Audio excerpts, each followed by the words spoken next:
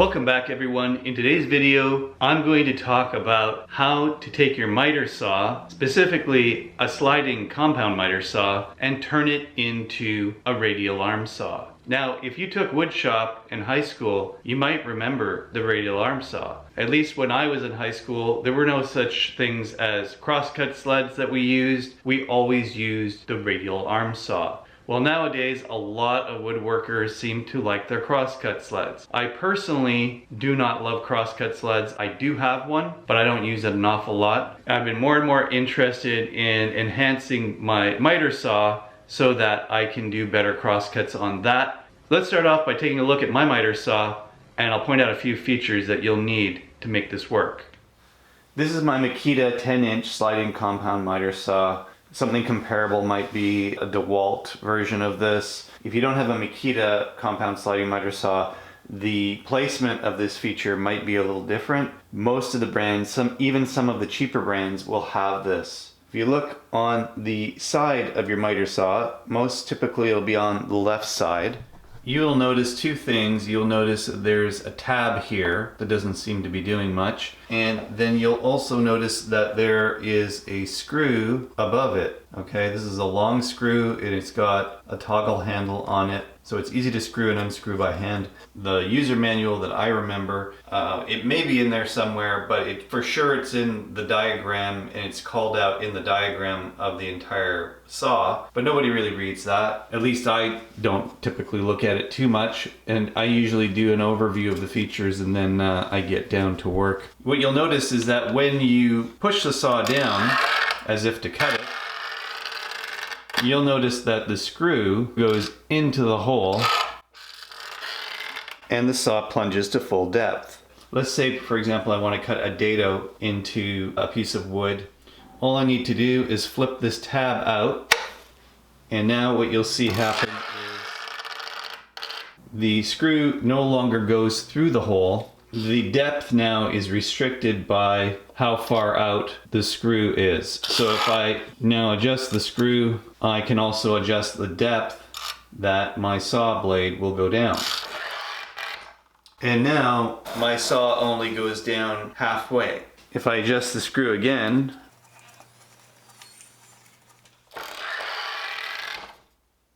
I can now go a little deeper. So now it's about ½ an inch away from its usual depth.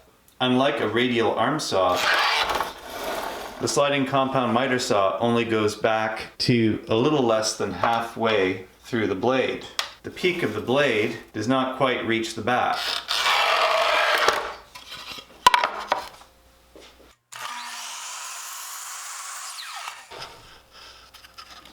So what you can see on this piece of wood, it's full depth at the front, but at the back of the cut, we only get partial depth. So it's about half. That means the peak of the blade is not getting all the way to the back.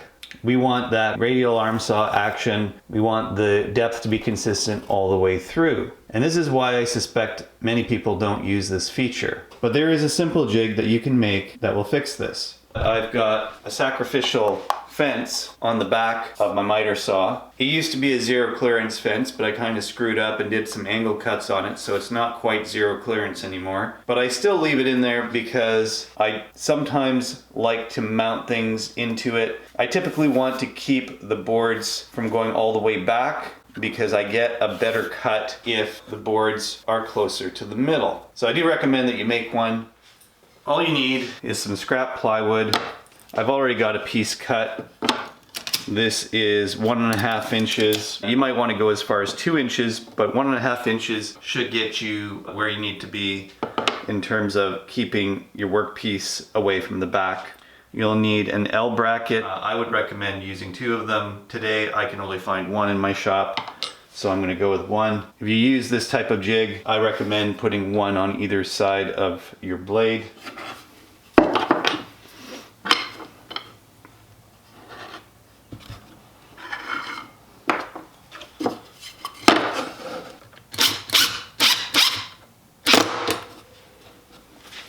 That's my completed jig.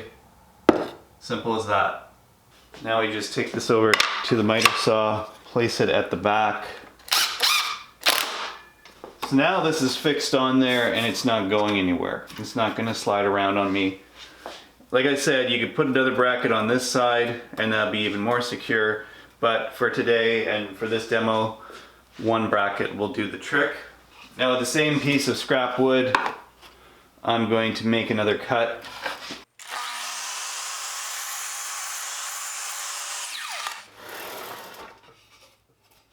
But now I've got consistent depth all the way through. So let's do this on something a little more substantial. Now let's just say I want to make a dado in this block of wood so that I can fit this piece into that block of wood. I'll start with my first cut. Okay, and I just make a quick line for my second cut. I don't even need my kerf maker for this one. I just know I have to be on the inside of the line.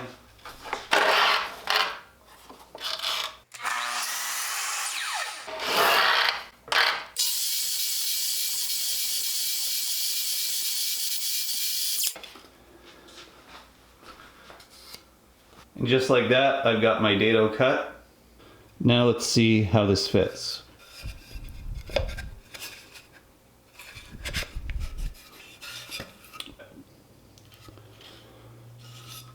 As you can see, we've got ourselves a perfect fit, and that only took me a few seconds. It was really simple to calculate where my cuts needed to be. Very quick, very easy. This could be a table apron joining to a leg, it could be whatever you want it to be. So that's just a quick example of how easy it is to do a quick little jig and turn this into a really effective radial arm saw.